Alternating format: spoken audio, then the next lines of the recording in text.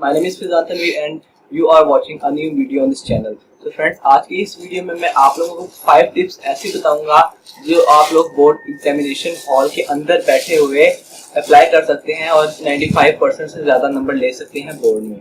Friends, ये video को आपने पूरा देखना है। इस वीडियो में बहुत ज़्यादा इंफॉर्मेशन है और आपने एक कोई भी पार्ट स्किप नहीं करना, नहीं तो आप पूरी वीडियो का जो टेम्पो है वो खराब हो जाएगा और आपको कुछ भी समझ नहीं आएगा। तो मैं ऐसे ही आपको 5 टिप्स बताऊंगा, ठीक है। तो आपने वीडियो स्टार्ट करने से पहले इस वीडियो को लाइक कर देना है, साथ ही अपने फ्रेंड में शेयर कर देना है और इस चैनल को सब्सक्राइब करके बेल आइकन को प्रेस कर देना है।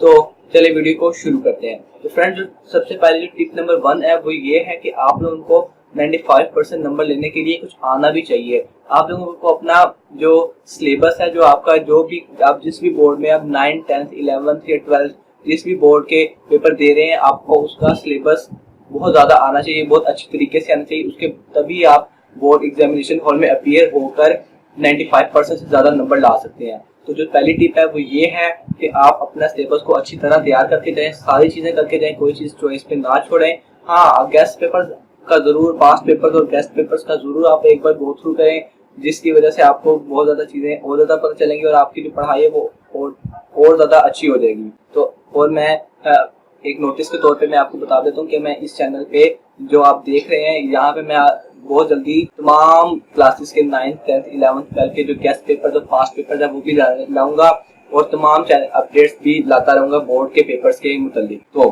जो टिप नंबर 1 है वो तो हो गई, जो कि मैंने आपको बताया कि आपको आपका सिलेबस सारा आना चाहिए। उसके बाद ही आप 95% से ज़्यादा नंबर लेने की होप कर सकते हैं। जो टिप नंबर 2 फ्रेंड्स ये है कि आप लोगों की जो मेरे इस चैनल पे जितने भी प्रीवियस वीडियोस हैं वो आप जानते हैं कि वो पेपर प्रेजेंटेशन से मुतालिक थे।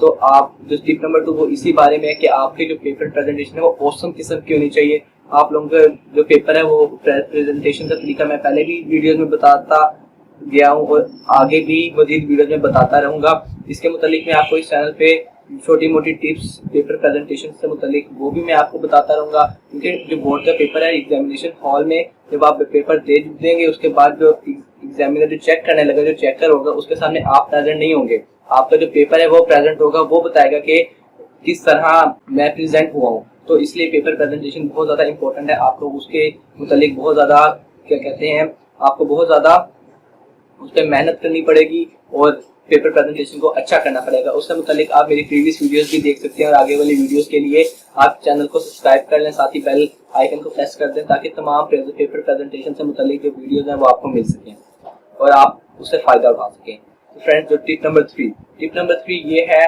कि आप की जो हैंड राइटिंग है वो बहुत ज़्यादा मैटर करती है बोर्ड के पेपर में। स्पेशली आपके राइटिंग जिस तरह की भी है, आपकी अगर प्रेजेंटेशन अच्छी है तो आपकी राइटिंग भी ऑफ कोर्स बहुत ज़्यादा अच्छी नहीं तो अच्छी और बेहतर ज़रूर होगी।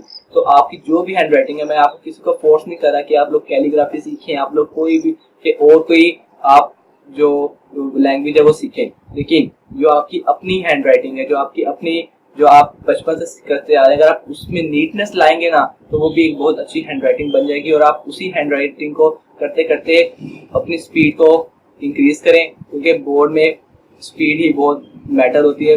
अगर आप बच्चे का पेपर आता भी, अगर उसकी स्पीड लिखने की नहीं है तो वो रह जाएगा, वो उसके अच्छे नंबर नहीं आ सकेंगे, मीडियम के नंबर आ जाएंगे उसके। तो हैंड राइटिंग आपको इम्प्रूव करनी पड़ेगी। हैंड राइटिंग इम्प्रूव करने से ये मुराद है आपको अपनी स्पीड इंक्रीज करनी पड़ेगी। वो स्पीड अगर आप इंक्रीज कर लेंगे तो वेल एंड गुड और आप अच्छे नंबर ला सकते हैं। ये मेरा प्रॉमिस है, ये मेरी गारंटी है। सो फ्रेंड्स, टिप नंबर 3 ये है टाइम मैनेजमेंट। आपको टाइम मैनेजमेंट आना चाहिए कि जो टाइम है उसको आपने किस तरह मैनेज करना है, किस तरीके किस टाइम में लिमिट में मैंने एमसीक्यूज खत्म करने हैं, किस टाइम लिमिट में मैंने अपनी मार्जिन लाइन लगानी है, प्रेजेंटेशन करनी है, किस टाइम में मैंने अपने शॉर्ट क्वेश्चंस करने हैं, किस टाइम में मैंने लॉन्ग क्वेश्चंस करने हैं। ये सारे आप प्रैक्टिस के साथ ही आपको आएंगे। आप लोग जो अब जहाँ भी जिस इंस्टीट्यूट में आप पढ़ते हैं वहाँ पे टेस्ट सेशन देंगे बोर्ड के पेपर से कुछ माह पहले, तो आप उसमें अच्छी तरह प्रैक्टिस कर लीजिएगा कि टाइम मैनेजमेंट किस तरह करनी है। मैं इस चैनल की वीडियोस में आगे मजीद चल के मैं आपको टाइम मैनेजमेंट से मुतालिक भी वीडियोस लाऊंगा टाइम मैनेजमेंट आपको बताऊंगा कि किस सब्जेक्ट के किस टॉपिक को, किस शॉर्ट क्वेश्चन को, किस लॉन्ग क्वेश्चन को कितना कितना टाइम देना है। आपको मैं सेपरेशन करके फ्रेगमेंट्स में बताऊंगा टाइम मैनेजमेंट।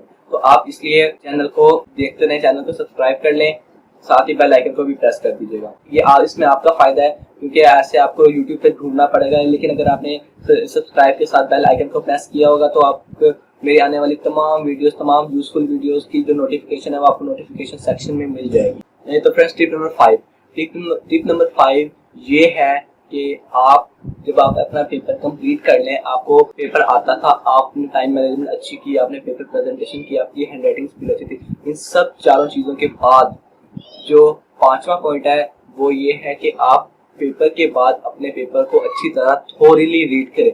इसके लिए आपको टाइम अपने मैनेजमेंट में से, पूरे टाइम सिनेरियो में से आपको लास्ट एटलीस्ट ये मिनिमम टाइम बता रहा हूँ, आपको 10 मिनट्स निकालने पड़ेंगे जिसमें आप अपने पेपर को थोरीली रीड कर लें।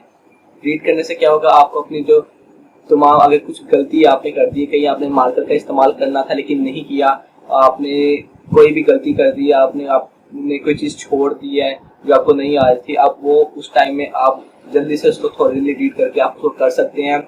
उससे ये होगा कि आपका जो पूरा एक मेहनत थी उसमें एक बार निखार आ जाएगा, तमाम गलतियाँ निकल जाएंगी, और जहाँ पे आपने मार्कर का इस्तेमाल करना था वो भी कर लेंगे, उससे खूबसूरती भी बढ़ जाएगी। तो ये जो 5वां पॉइंट है, ये सब चीज़ों का निचोड़ है, आपको ये लाजमी करना पड़ेगा। मैं आपको दोबारा बता रहा हूँ कि मिनिमम आपको 10 मिनट निकालने पड़ेंगे ये काम करने के बाद।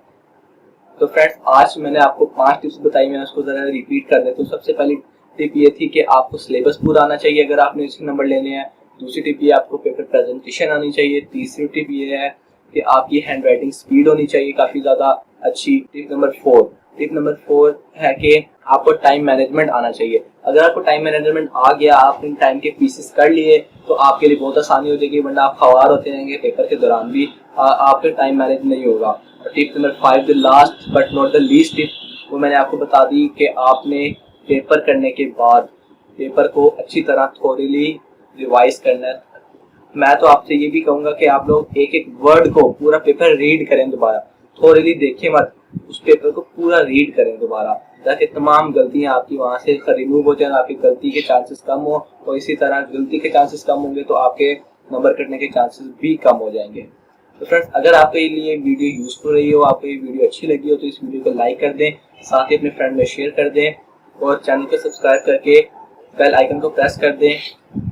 और इसके साथ आपका बहुत बहुत शुक्रिया अदा करना चाहता हूँ कि आपने कुछ दिनों से इस चैनल को बहुत ज़्यादा सपोर्ट किया है, बहुत ज़्यादा सब्सक्राइब किए हैं, बहुत ज़्यादा आपने मेरी मदद की है। और इसके साथ साथ मैं आपको बताना चाहता हूँ, अगर आपको इन 5 टिप्स में कोई भी चीज़ पर समझ नहीं आ रही तो आप मुझे कमेंट सेक्शन में जाके मुझे बता सकते हैं, मैं आपको वो दोबारा से क्लियर कर दूंगा। मिलता हूँ आपसे अगली अच्छी वीडियो में, तब तक के लिए इजाज़त दें। अल्लाह हाफिज़।